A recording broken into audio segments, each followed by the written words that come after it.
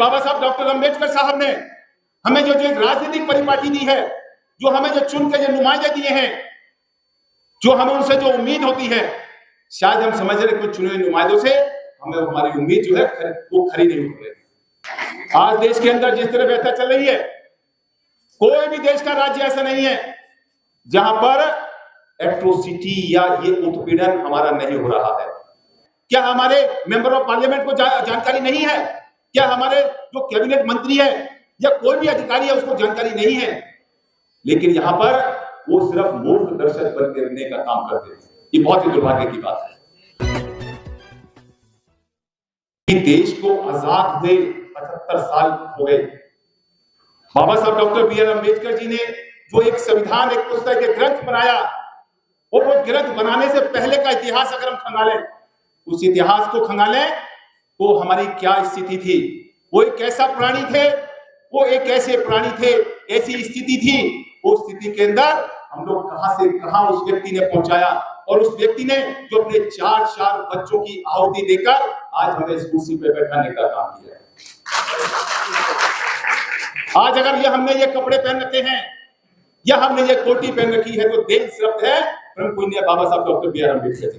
अगर आज वो यहाँ ना होते तो आज हमारा जीवन क्या होता, जो कि हमने इतिहास में चला, इतिहास में हमने देखा है कि पीछे हमारे झाड़ू बंदी होती है और हाथ पर मुंह पर हमारे हांडी होती है। लेकिन फिर भी आज हमने उस बात को, जब वो हमें ये 30 सौगात दे गए हैं, लेकिन उसके बावजूद भी वो स्थिति जस की तस बनी हुई है। मैं भाटी साहब और गिरीश सोनी साहब, मैं यही बताना चाहूंगा कि बाबा साहब डॉक्टर अम्बेडकर साहब ने हमें जो एक राजनीतिक परिपाटी दी है, जो हमें जो चुन के जो नुमाइंदे दिए हैं, जो हमें उनसे जो उम्मीद होती है, शायद हम समझ रहे कुछ चुने हुए नुमाइंदों से हमें हमारी उम्मीद जो है वो खरी नहीं हो रही। हमारे राजनीतिक लोग हैं वो सही दिशा में नहीं जा रहे हैं। इस मंच से कहने से हमें कोई चूक नहीं है कि आज जो राजनीति पर लोगों का विश्वास जो है राजनीतिक लोगों से उठता जा रहा है। ये बहुत दुर्भाग्य की बात है।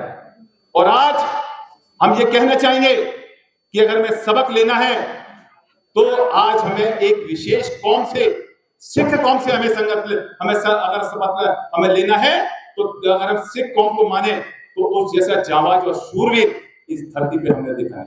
सच्चाई बता रहा है, 2% भी सिख नहीं है इस देश के अंदर। वो किसी भी पार्टी के अंदर हो, किसी भी संगठन में हो, लेकिन जब समाज की बात आती है, जब अपने अधिकार की बात आती है तो उसको पहले धकेल देते हैं राजनीति को, लेकिन समाज के लिए वो मरने मारने को तैयार होता है। लेकिन हमारा व्यक्ति जो है, हमारा व्यक्ति वो स्वार्थ की राजनीति करने जाता है। अगर हमारे जो आज देख रहे हैं, अभी हिसार का माहौल देखा, उत्तर प्रदेश का तो थोड़ा सा आपको चर्चा करना चाहूंगा। उत्तर प्रदेश में जब हमने थोड़ा सा हल्का चौक समय का भी भाग है, क्योंकि अभी हम सिर्फ सुनने आए हैं। जब हमें कहा गया बोलने के लिए तो सिर्फ बोलने के लिए हम यहाँ रहे, लेकिन सुनने हम भाटी साहब बाकी सभी लोगों को सुनने आए और सुनेंगे तो हम यहाँ से कुछ ना कुछ ज्ञान प्राप्त करके जाएंगे, ये तो तय है। जब 9 मई को हमने एक अखबार की कटिंग पढ़ी कि हाथरस फिरोजा जो जैनपुर गांव है उसमें ये हादसा हुआ है, तो हमारे गुरुजी हैं आदरणीय केसी रवि साहब, तो हमने उनसे चर्चा करी कि सर ऐसे ऐसे हुआ है। और उसके बाद फिर हमने कई लोगों से चर्चा करी, संजीव सर से चर्चा करी, हमारे आईएएस अधिकारी हीरालाल साहब से चर्चा करी, कर्नल साहब से चर्चा करी, आईएएस पिपल साहब से चर्चा करी, एडीएम साहब अमर सिंह साहब थे, आप सबसे चर्चा करी।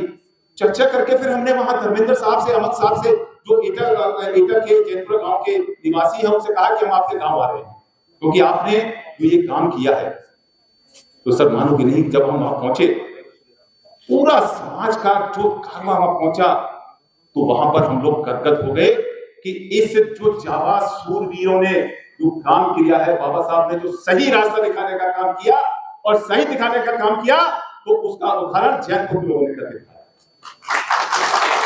मैं इनको बधाई देता हूं। और जब वहां हम पहुंचे तो आपको जानकर आश्चर्य होगा कि वह छोटे छोटे नन्हे बच्चे, माताएं, बहनें, वो तमाम लोगों ने अपनी जो व्याथा मांगा करी और उन्होंने चैलेंज किया कि अगर किसी तरह की आगे भी कोई दिक्कत आएगी तो हमने ये शूरवीर जो पैदा किए ना, ये पालने के लिए पैदा नहीं किए, ये हक और हकूक की लड़ाई लड़ने के लिए पैदा किए हैं। इनको आगे करेंगे और जहां हमारा हक होगा, हकूक होगा, उसको लेने का काम करेंगे। ये चैनपुर लोगों ने जहां काम किया, उसके लिए वाकई में बधाई की बात है। आज देश के अंदर जिस तरह व्यवस्था चल रही है, कोई भी देश का राज्य ऐसा नहीं है जहां पर एट्रोसिटी या ये उत्पीड़न हमारा नहीं हो रहा है। क्या हमारे एमएलए साहब को नहीं पता होता? क्या हमारे पंचायत के जो पंचायत का सरपंच होता है उसको जानकारी नहीं है? क्या हमारे मेंबर ऑफ पार्लियामेंट को जानकारी नहीं है?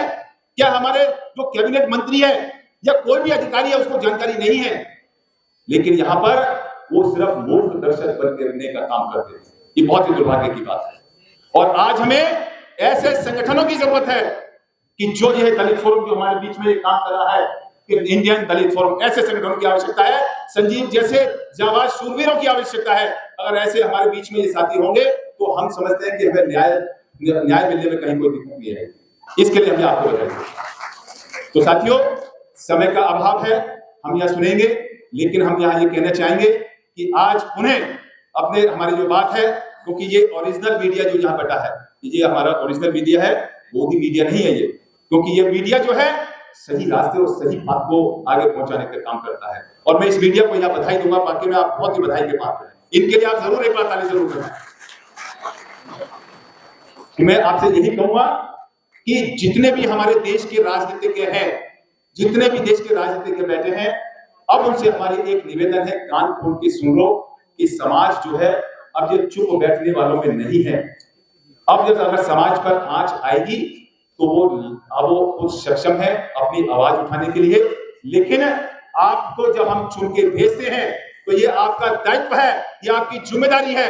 अगर समाज को कहीं कोई दिक्कत आ रही है तो उसको सदन में उठाकर उसको न्याय दिलाने का काम करें। इन्हीं शब्दों के साथ जय भीम, जय भारत, नमो बुद्धाय।